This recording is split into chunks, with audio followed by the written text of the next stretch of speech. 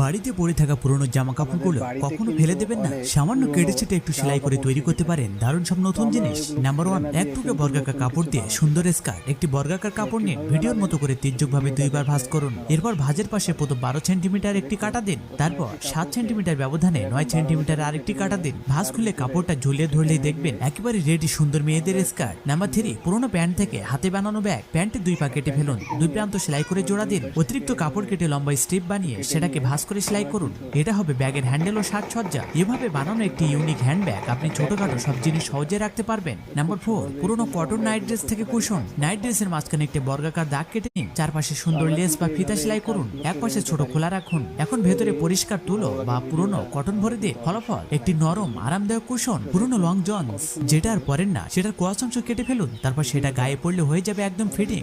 Sports স্টাইলের ছোট top, দেখতে আধুনিক ও আকর্ষণীয়। নাম্বার 5, পুরোনো টি শার্টকে